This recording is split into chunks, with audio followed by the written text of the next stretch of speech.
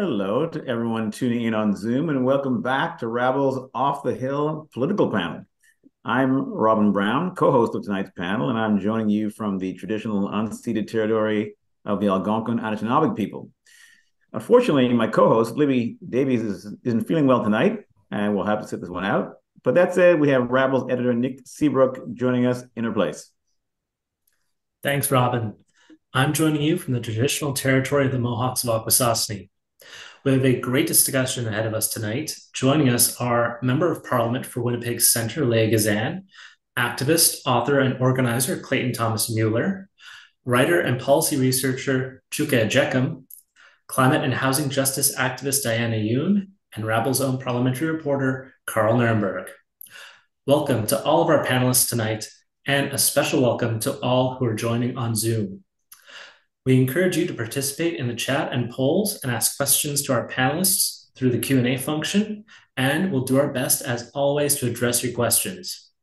Finally, be sure to stick around right to the end of the panel when we will be revealing the 3 lucky winners of our giveaway. And now, without further ado, I'm going to pass it over to Robin to get us started.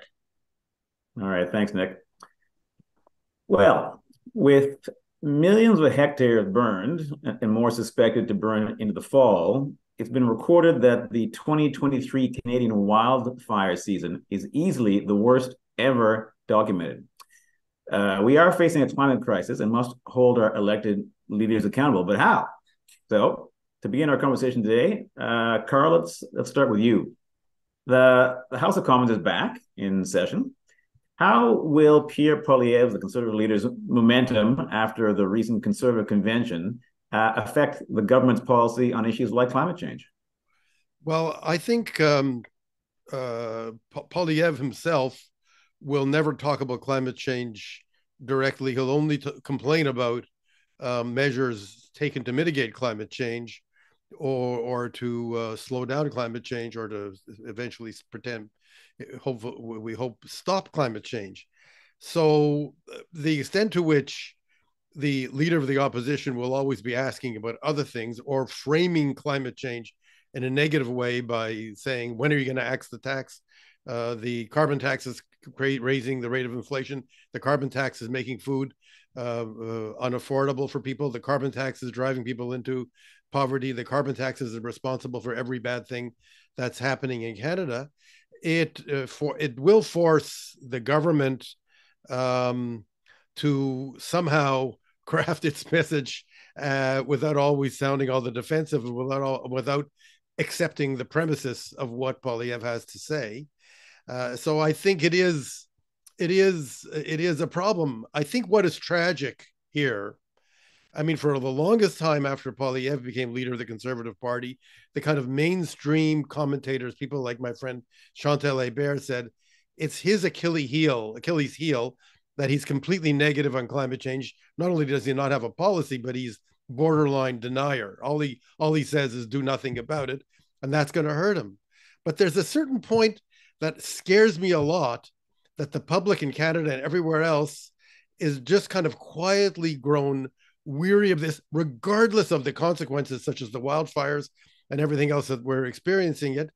And they are sort of, starting to look inward and starting to worry about, am I comfortable today? Am I feeling okay? Will I feel okay tomorrow?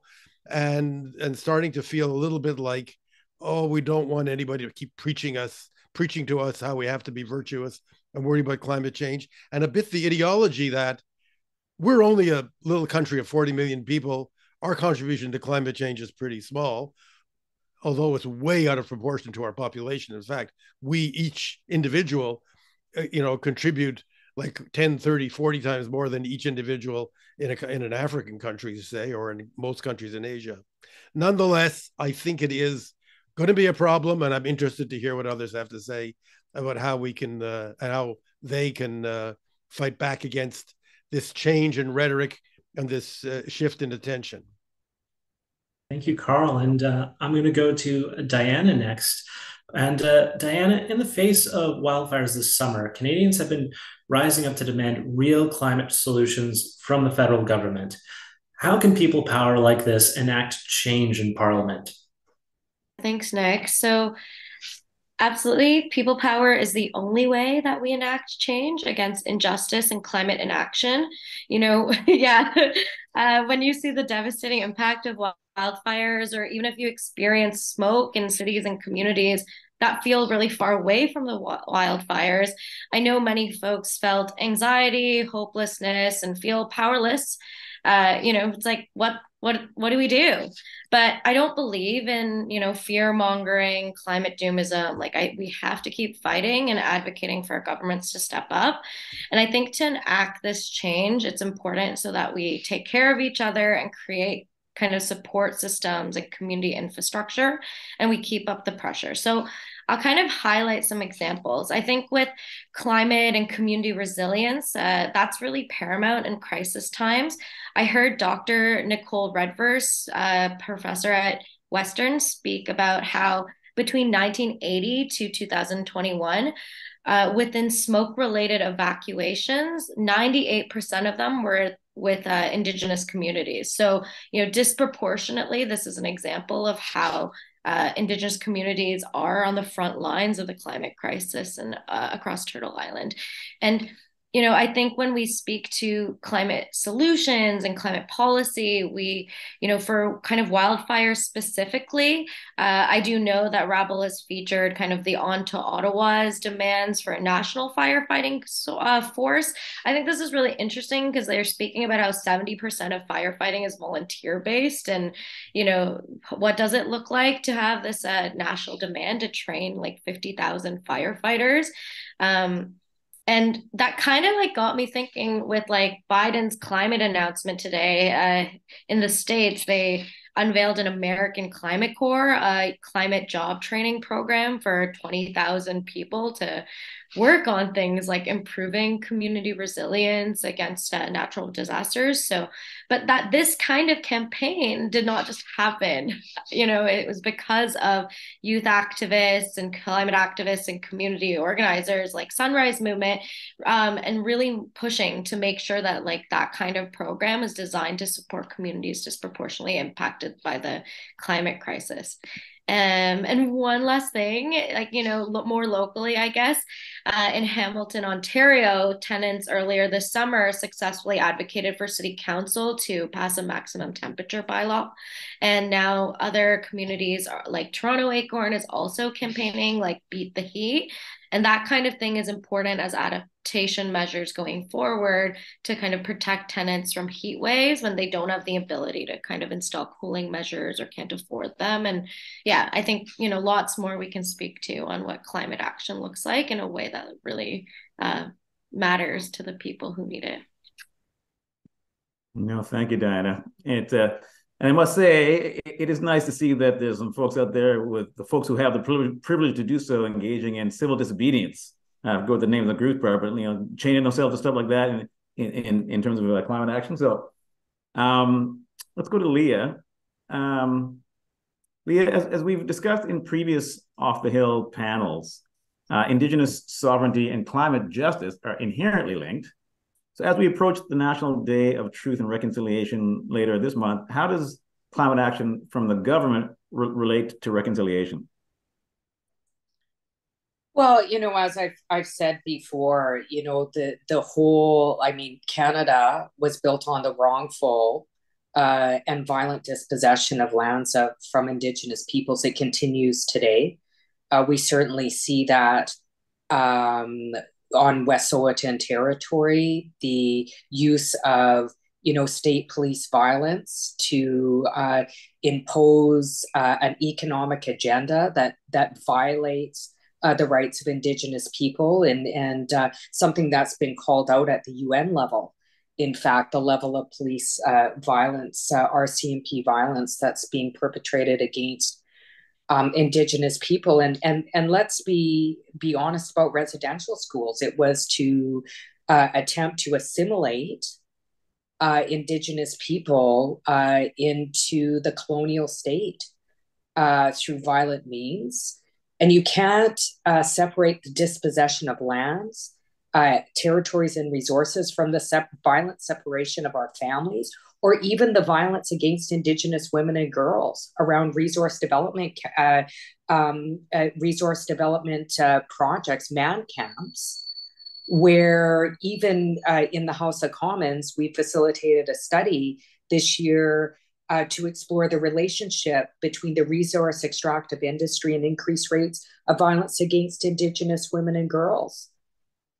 You can't reconcile. I mean, I made a speech the other day, in fact, Monday, on my arrival back. I said, sometimes I wonder why I chose to be in this racist, misogynistic, and neo-colonial violent place. The House of Commons. Sometimes I wonder. And I said, well, maybe it's to tell the truth.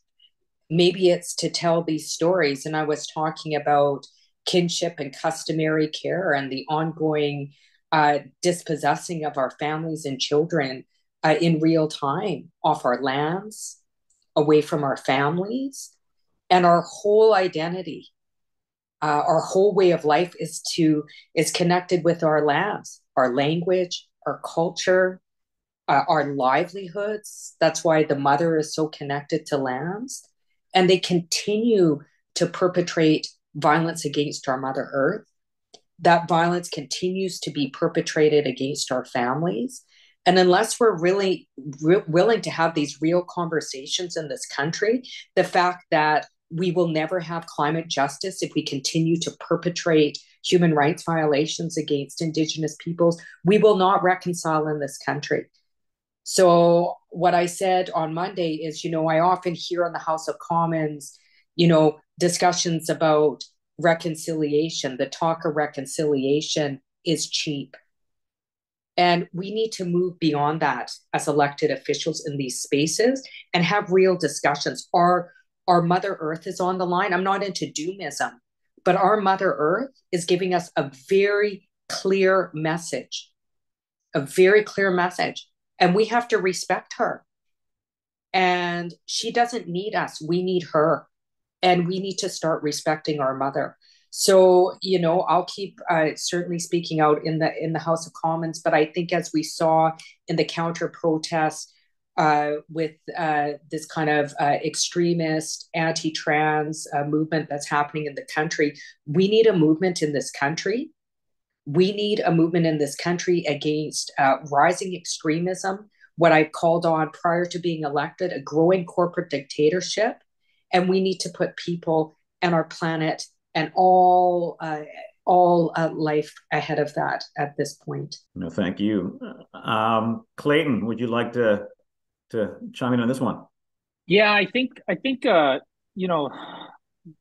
really laid it out just very eloquently and beautifully. And I think that the only thing I would add is that social movements in this country need to really understand the connection, between the implementation of the 94 recommendations of the Truth and Reconciliation Commission and whatever Canada, implements as far as climate policy. These bodies of work and actions are inextricably linked.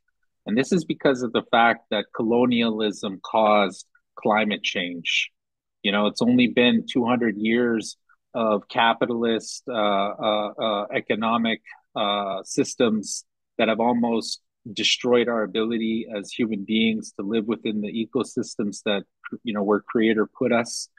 And I think some of these important juxtapositions, like that of the need for a regenerative economic model that creates and regenerates from a place of that sacred feminine creative principle. This is very critical, especially when juxtaposed against the incredible violence that's created through the extractive industries economic model that Canada is currently governed by. And as far as social movements go, I think it's incredible today to see the presence of big unions showing up for our trans kids, showing up to challenge this hate. And I think that big unions and all social movement apparatuses here in Canada need to step up and escalate against business as usual when it comes to the idea of truth and reconciliation, the implementation of those 94 recommendations. And I think that, reconciliation is a intergenerational, long-term, complex thing that those, many of us that are alive today aren't going to see the end of that. And it's not just here in Canada that this messy process is taking place. It's happening in places like South Africa and other places. But the reality of it is that we need to, at this point, especially given the existential threat of climate change, really begin to create that space for people living in so-called Canada to come together, to be learned about the truth and reconciliation process, to understand climate justice, and to make informed decisions about how to challenge the decision makers that continue to keep us on a trajectory of climate chaos and that continue to cause erasure of critical issues like search the landfill here in Winnipeg, Manitoba, and the ongoing violence against Indigenous women and girls, and the long list of injustices that exist as a result of Canada's ongoing economic system. Now, Clayton, I had a follow-up question for you. Part of your work involves organizing with Indigenous communities to defend their lands against the encroachment of the fossil fuel industry and the expansion of pipelines. As we know, Canada subsidizes oil and gas more than any other G20 country. Can you share how the government's funding of big oil directly influences Canada's climate emergency? Yeah, I mean, Canada averages about $14 billion in subsidies to fossil fuel. This has been the number between 2018 to 2020. I think it's even higher now. And big oil is getting tax breaks for carbon capture and storage, a proven ineffective and grossly expensive false solution, techno fix to the climate crisis. And this won't change the fact that Canada absolutely, like everywhere else across Mother Earth, needs to phase out fossil fuels. One only has to look at the debacle of the Trans Mountain pipeline and how Canada used taxpayers' money to buy that failed pipeline. And the costs of that have almost tripled since they paid the initial monies for that. And Trudeau continues to mislead the entire conversation. He's claiming that our emissions have trended down. However, we're lying to ourselves. Canada is on track to increase emissions over the next 10 years. And they're doing that by relying on false solutions like carbon market mechanisms and a lack of industry regulation and reporting. And based on a recent report by Oil Change International, Canada is right at the top of a list of 20 countries that are responsible for 90% of carbon dioxide pollution due to the continued funding of fossil fuel projects between now and 2050. And so the practice of ongoing government subsidies or corporate welfare, coupled with false solutions like the price on pollution and carbon pricing challenges, do absolutely nothing to reduce greenhouse gas emissions at the source. And so, just this morning, Trudeau himself, at the United Nations, had to deal with this embarrassing reality that Canada is absolutely, one of the greenhouse gangsters when it comes to climate change across Mother Earth. And so I think that Diane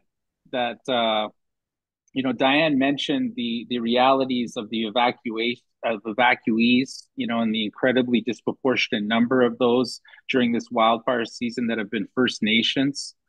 And, part of this has been Canada's colonial legacy, decades of fire suppression, including the suppression of the practice of Indigenous controlled burns, which has led to the accumulation of wildfire fuels, which has been fueling this crazy fire season.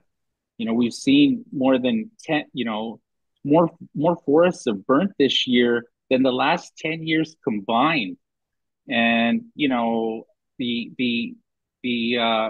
are a lot of solutions out there that we can look towards. I think the one that gets me very excited is the fossil fuel non-proliferation treaty. I think, folks, if you want to find information about that, check it out. And supporting Indigenous networks like the Indigenous Climate Action, who are working hard to decolonize policy making in this country, and that are supporting Indigenous nations within Canada to develop Indigenous-led climate solutions. Thank you very much, Clayton. And Leah, I was wondering if you had anything you wanted to add to that on the issue of government subsidies for fossil fuels as a member of Parliament. Well, we've been calling an end to fossil fuel subsidies. Like, I mean, as the representative for Winnipeg Centre, I represent one of the poorest urban ridings. Like oil companies, they don't need subsidies.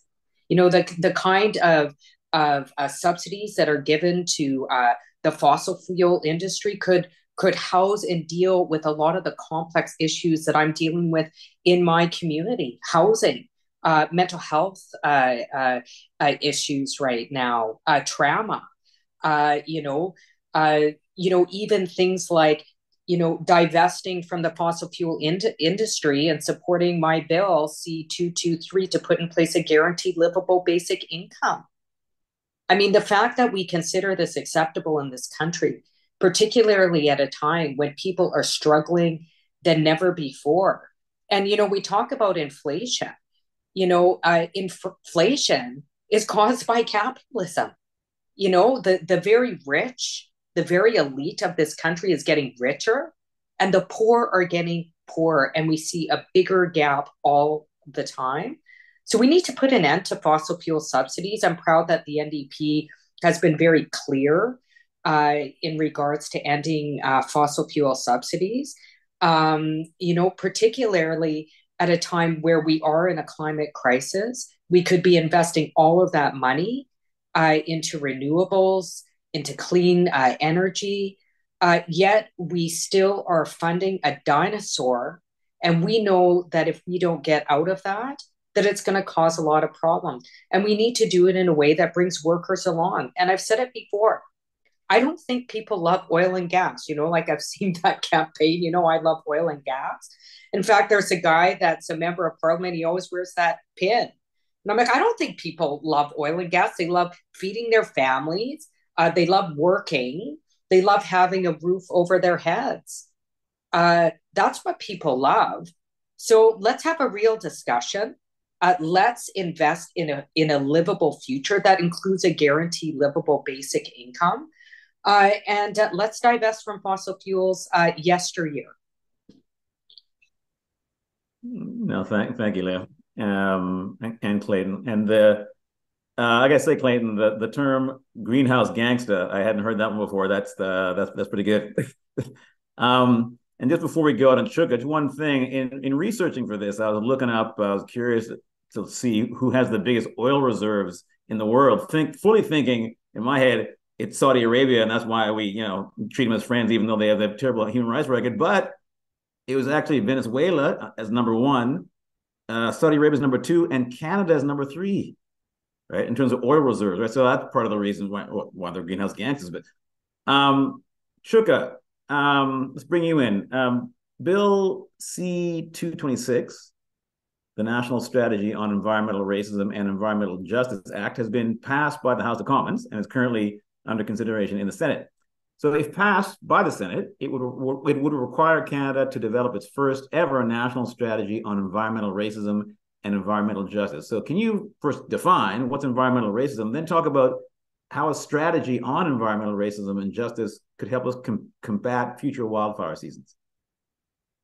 Yeah, happily. Environmental racism refers to so the conditions by which certain groups, people, racialized groups within society are disproportionately exposed to harm that comes from the environment they're living in. So examples of this are dense urban environments not having any tree shading, so they're especially susceptible to heat. There are poor conditions of housing, like mold and infestations and whatnot, which produce illness for the people living there. But also, on a larger scale, there is the both displacement and disruption of communities by the fossil fuel industry itself, whether it's for developments or for construction supporting developments. But this with the strategy itself, I think the first thing is that it's appalling that this is the first such strategy to be developed. That it would come at this stage is, it's ludicrous. Further, I think there's cause to be wary, even if the bill does receive Senate approval, and if the King of England says it's okay, then still, this is the government, the Liberal government, that back in 2022 approved its largest ever deep water offshore drilling project, literally one day after the UN Secretary General Antonio Guterres called investing in new fossil fuel projects moral and economic madness. This is a government that calls giving public money to oil profiteers climate spending. So I don't think that there's, even should the legislation come into force, I don't think it provides any guarantee of a positive outcome. And of course, if it isn't the Liberals implementing the strategy, it's likely to be the Conservatives, which would be even worse. I think for the strategy to be meaningful, I feel it would have to address the fundamental problems. And in my view, the fundamental problems are entrenched inequity, entrenched coloniality, and continued fossil fuel profiteering. It's not as if wildfires seek out Indigenous people. It's not as if they look for Indigenous communities, yet they've been overwhelmingly disproportionately impacted by them. As Diana said earlier, 98% of evacuees, if I'm remembering correctly. That's a product of the process of colonization. That is a product of structural and racialized inequity. And you can't the inequity produces disproportionate exposure to harm, regardless of what kind of harm it is. And the only way to deal with that fundamental discrepancy, that disproportionate exposure, is to eradicate the fundamental inequity itself. I don't feel there's cause to believe that the government is invested in doing that. I would say that the Canadian government, is invested primarily in the existence of Canada. And in my view, the existence of Canada is fundamentally opposed to human rights, to justice, and to reparations. So I think, to pursue an actual strategy, to put it into policy, I think it would require the immediate shutdown of the fossil fuel sector. I don't think there's a tension there regarding workers. All the polling that I've seen of workers in the fossil fuel sector say that their primary concern is not the existence of the fossil fuel sector, obviously. It's job security. And I think the workers in that sector and in supporting sectors can quite easily be matched to jobs and roles needed to transform our society into one that will perhaps survive this century. I think there's cause to develop a massive public and unionized workforce to do this, that doesn't rely on rebates and doesn't wait for somebody to decide that the profit margins are good enough for them to participate. I think as well it would include Canada ejecting the headquarters of the majority of the world's mining corporations, as it proudly promotes itself as housing. And I think there's serious cause to pursue criminal prosecution for the executives involved in profiting from the rapacious actions of these mining companies all over the world. And I think, as an outgrowth of that, I think it would require Canada to provide meaningful reparations. As Karl alluded to earlier, Canada's per capita carbon emissions are among the highest in the world. They're nearly equivalent to that of the US, and they are almost double that of both India and China. So this country, both from its emissions and from its relationship to the mining sector, and then of course its international allegiances, is absolutely a global scourge. It has contributed disproportionately in an immense degree to this issue, and so there must be a reckoning with that fact. I think anything less than that is insufficient. Well, I think our next question then, I think, is a good follow-up to this, and that's I'm just sticking with you, Chuka, but I want to just give Leah and Clayton kind of a heads up also. So there's So the federal government's currently developing the first ever Canadian Black justice strategy. And I actually found out they're also working on an Indigenous justice strategy. Now the Black justice strategy, I looked at it specifically. It says it will consider the social determinants of justice. And it says those include income, employment, stable housing, education, and health. But it doesn't mention climate impacts. Now, shouldn't climate impacts be one of these social determinants of justice? And if so, what would that look like in a Black justice strategy? But I'm also curious what that look like in an Indigenous strategy. But over to you, Chuka. Again, I'm quite dubious that the Canadian government has any meaningful interest in a Black justice strategy. The government's actions toward Black people across the world have been wholly callous, in my view. And again, it's always I feel that there's reason again to be wary of these consultations. Not that communities shouldn't be involved in developing policies that impact them. Of course, they should, but I feel the governments use consultations as a way to effectively avoid action. They throw their hands up and say, well, we're trying to figure out what to do, as though people haven't been studying and advocating for and working on these issues for decades already, right? You can have consultation while pursuing actions that have been demonstrated to be beneficial, but they don't pursue those actions. So,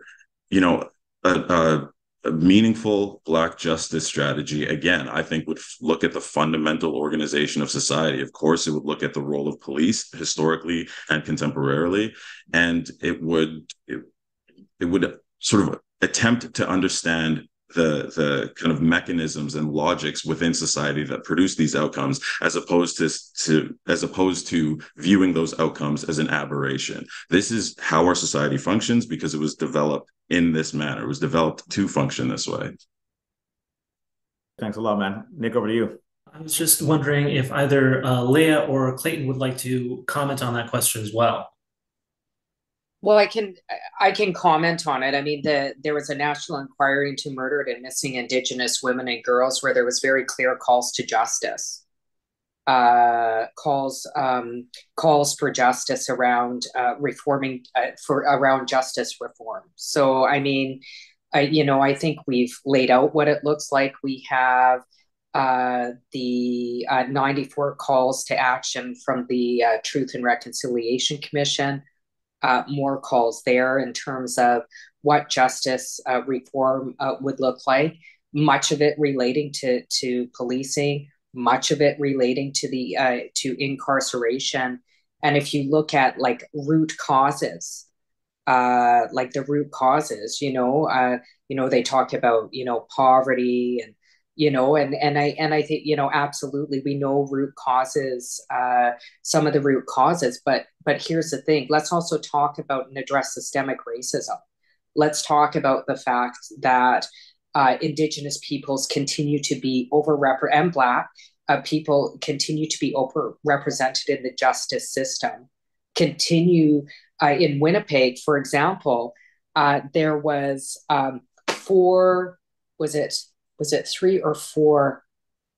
three people, including young Aisha Hudson, that were shot and killed by the Winnipeg City Police in a span of 10 days.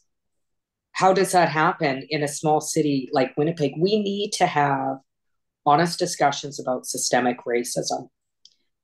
We need to have honest discussions about systemic racism, whether it relates to policing, justice systems, and overrepresentation, and also in health. And as elected officials, I know that sometimes people might not like what I say, but we need to have honest, truthful discussions if we want to have societies that practice equality and equity in a real way. Then we need to start having these real difficult discussions. If we're really committed to justice, if we're really committed to human rights, and if we're really committed to reconciliation. I do have hope. I don't want to seem doom and gloom. I do have hope, or I wouldn't be doing this job. I would have quit. I do have hope that we can change, and I have seen shifts, even since being elected, some shifts, very small shifts, not the way I want. I would quit if I didn't feel hopeful, but I think that right now, with the rise of extremism at a time where we're in a climate emergency, now is the time to have these real discussions, because human rights and the greatest existential threat with the climate crisis, where our lives are on the line. So now's the time for truthful, honest, hard discussions. All right, excellent. Thank you very much, Leah. And Clayton, go ahead. Yeah, I just wanted to say I agree with Chuka and Leah's comments, especially this idea of reparations. You know, reparations is a very politicized word, especially in the lower 48, very much part of the Black experience, Black history, the language of Black social movements. But I think like something that has been really inspiring to me as of late within the climate justice discourse has been this idea of climate reparations. And it's one of the reasons why every opportunity I have, I say that, whatever actions are taken in implementing the 94 recommendations of the Truth and Reconciliation Commission, that these things are inextricably tied to whatever Canada does in regards to a just transition and climate justice in this country. Because of the fact that, through colonialism and through capitalism, it's brown, Black, and Indigenous bodies and peoples, communities, and nations that have paid the highest price, but yet have contributed the least to the global climate crisis. And I think, reacting at scale to the existential threat of climate change requires a complete teardown and rebuilding of our economy, and first in line in that new economy has got to be the workers, for sure, whose lives are tied to the fossil fuel industry, but also those communities that have historically been disproportionately burdened by the externalities that oil companies and coal companies and gas companies have placed on their communities, through environmental racist practices by both government and industry in this country. And I think that social movements, especially big labor, I'm going to continue to call out Unifor and CUPE and all those big unions to step up in big ways. You all need to open up the war chest, those big social movement checks, to start funding nonviolent civil disobedience. We've got to implement mass mobilizations, community organizing and education. We need to have town halls. We need to be,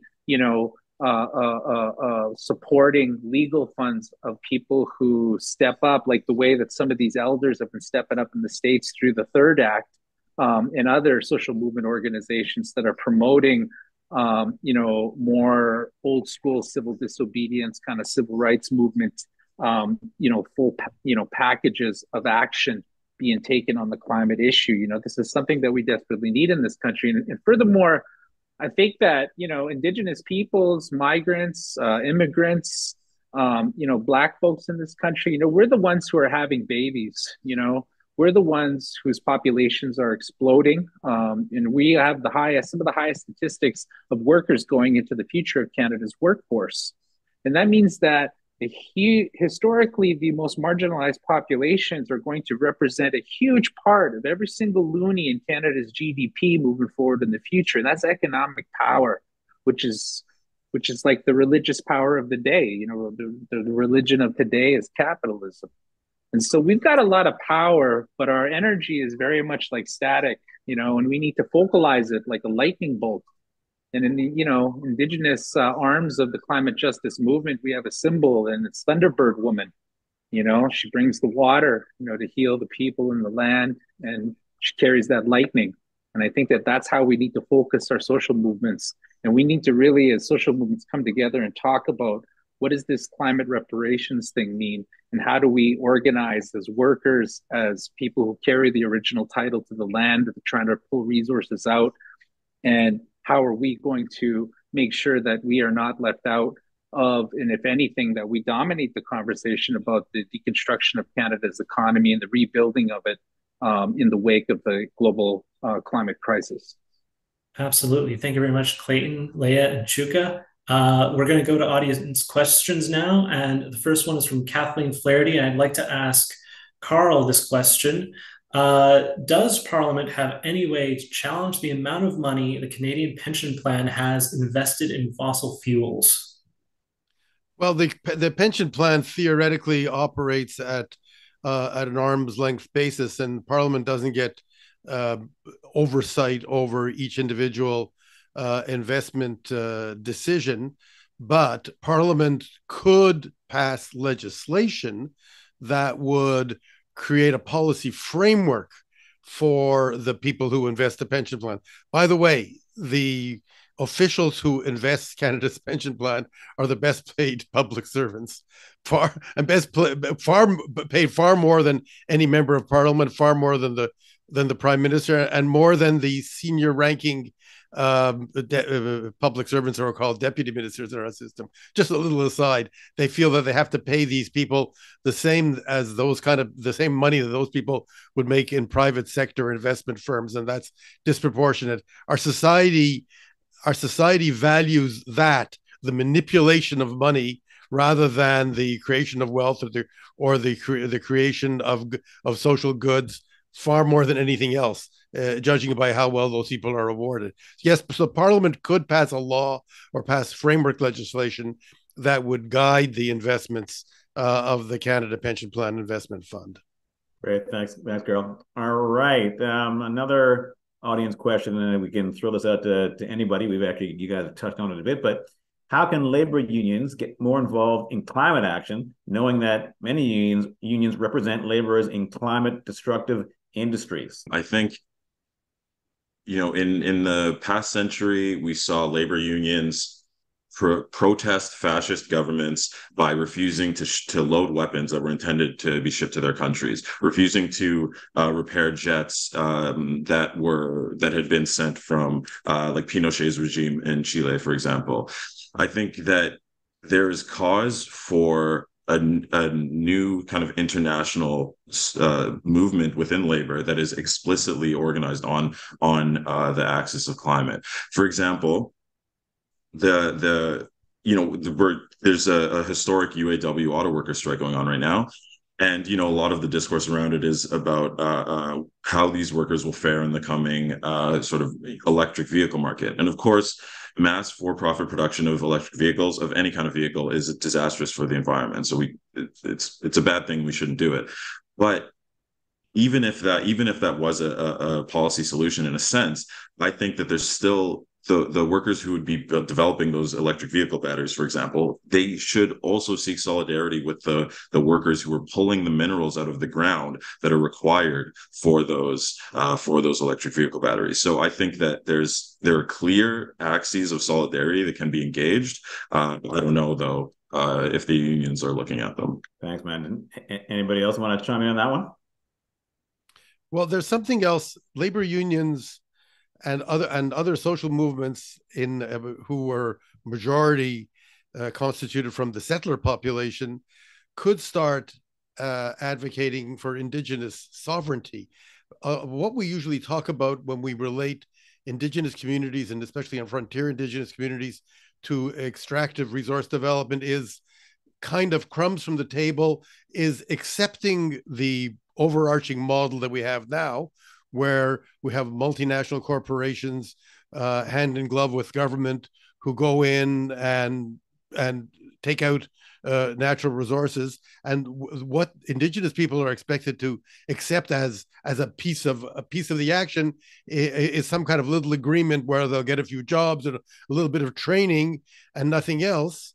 I would say now we have to start what we have to move towards is saying, first, we recognize that these people are the actual owners of the natural resource. These people are the actual owners of the land and stewards of the environment.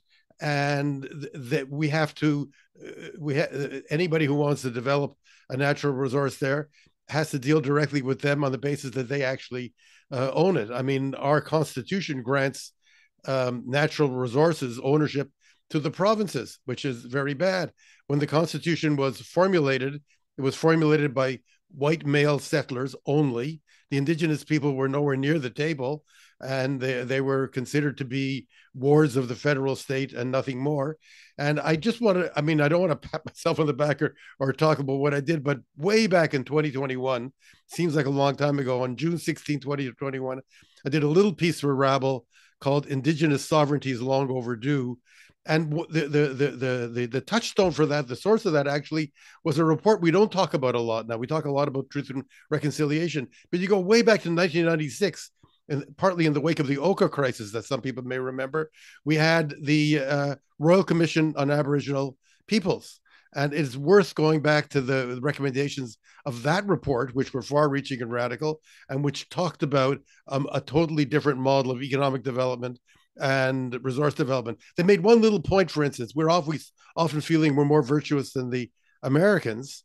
In fact, they said the amount of land that is directly controlled by Indigenous people in the United States, even though the proportion of Indigenous people to the American population is far lower than it is in Canada, the amount of land in the United States is far, far greater. They say only the land in Arizona of the Navajo, it alone is greater than all the land that the Canadian government considers to be Indigenous people's land.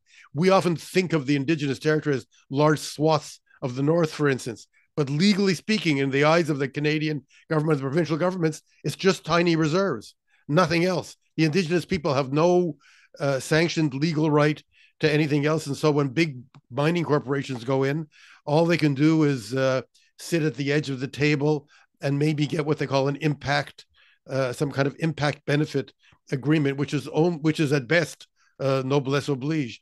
So I think unions should have something to say about that. Yeah, like an example in Ontario, the Grassy Narrows and 4 other allied nations are doing a march for their land against like unwanted mining activity that the provincial government is perpetuating, and that's happening next week in Queen's Park in Ontario. So, I feel like I think this has been a long conversation of like kind of pitting like jobs versus climate and like how this all intersects with, climate and capitalism. But I do think, I've kind of, since I've been a climate activist for over a decade now, I feel like labor unions have been at least more engaged in these conversations. At least you see more of them at climate strikes and kind of at the table. And I think that has been in large part due to like rank and file efforts from some unions, like for example, postal workers. Like, I think the Building Community Power was a big campaign that, we saw a few years ago from the postal workers about like, what does it look like to kind of have Canada Post be like climate hubs. I think there's examples like that we can look on where they're, maybe you don't see it as much from like big union and big labor, but I do think that they're increasingly, we know that there has to be, we have to we have to have a just transition, and hopefully, we see more of that kind of partnership and collaboration. Yeah, I think a big thing that's really oh, sorry, go ahead, Leah. Oh, sorry. I just wanted to, for the record, I think we need to start talking about false choice. I mean, many of our communities are living in poverty. It's a false choice. There is no choice. The other thing is legally, actually, in fact, provinces assume that they have the ultimate jurisdiction over our lands, territories, and resources, and that's actually inaccurate. We do have constitutional protection over our lands, territories, and resources. And certainly with Bill C-15, any sort of legislation coming forward has to be compatible now with the United Nations Declaration on the Rights of Indigenous Peoples. That's the newest piece of legislation that has been put forward. The other thing is that, Canada has, certainly we have our Constitution, but we also have international legal obligations that Canada is bound by. So, I mean, you just have to look at some Supreme Court rulings, many Supreme Court rulings. Certainly what Scott Moe's trying to do in Saskatchewan is not going to fly. He's coming forward as a province saying this is what we're going to do, and it's not going to fly. I'm sure he'll lose in the courts if you look at precedents that have been set at the Supreme Court level. So, I think really what the issue is that Canada we have a rule of law. The problem is that the Canadian government and province continue to break the rule of law, and our rule of law is upholding the Constitution. So I think it's time we stop breaking the rule of law. It's time we start staying true and respecting the legal obligations that Canada has in terms of upholding the rights of Indigenous peoples. And if we do that, I think it will resolve a lot of land disputes that we have in this country, including what's happening in Wet'suwet'en territory, what Scott Moe's now trying to do in Saskatchewan, and as we see in other territories around the country. All right. Well, thank you very much, Leah. We just got to go to the next question real quick. We're running tight on time, so I'm just going to ask for some quick answers for this question, and I'll start with Diana. We know that corporations have the biggest impact on the climate crisis, but what are some of the most effective things that individuals can do to help be part of the solution? I think I think we have heard that a lot in like the environmental movement, that having individual actions, can be important, but it does really help to have that kind of community group, activist group, community infrastructure, your local union, your neighborhood group. I think organizing is about being able to kind of have these conversations, not just online, but also in real lives, and advocating where possible. We have to believe that, even if it feels like we as individuals cannot change, I don't know, the corporate elite, that we have to be able to kind of see a better future, and what does that look like to be able to work towards that, and what does that look like to be able to kind of support each other and community groups, show up, go to things, start talking. And I think that's kind of the start, right? I think it does feel very hard most of the time, but we have to believe that it's possible, that we are all part of an ecosystem of change. Thanks, Diana. And one last quick question that came directly to you, Clayton. So a quick answer. How much influence does the climate justice movement have in Indigenous communities, especially in BC? I would answer that question with kind of a similar question. I think it's more of a question of how much influence do Indigenous communities on the front line have over the climate justice social movement in BC. I think that the difference between conventional or traditional environmentalism and the contemporary climate justice movement is that the climate justice movement takes direction from frontline community leadership, whether that's Indigenous or people coming from a community of color, or even a poor white community. That leadership stems from the grassroots. And I think that the Wet'suwet'en have demonstrated incredible leadership in the face of police militarization of their traditional hunting and fishing grounds. As have communities like the Tsleil-Waututh Nation or the Secwepemc, groups like the Tiny House Warriors, who have been living alongside huge man camps in their territory around Kamloops. And in the Blue River watershed, participating in the construction of the debacle of the Trans Mountain Pipeline.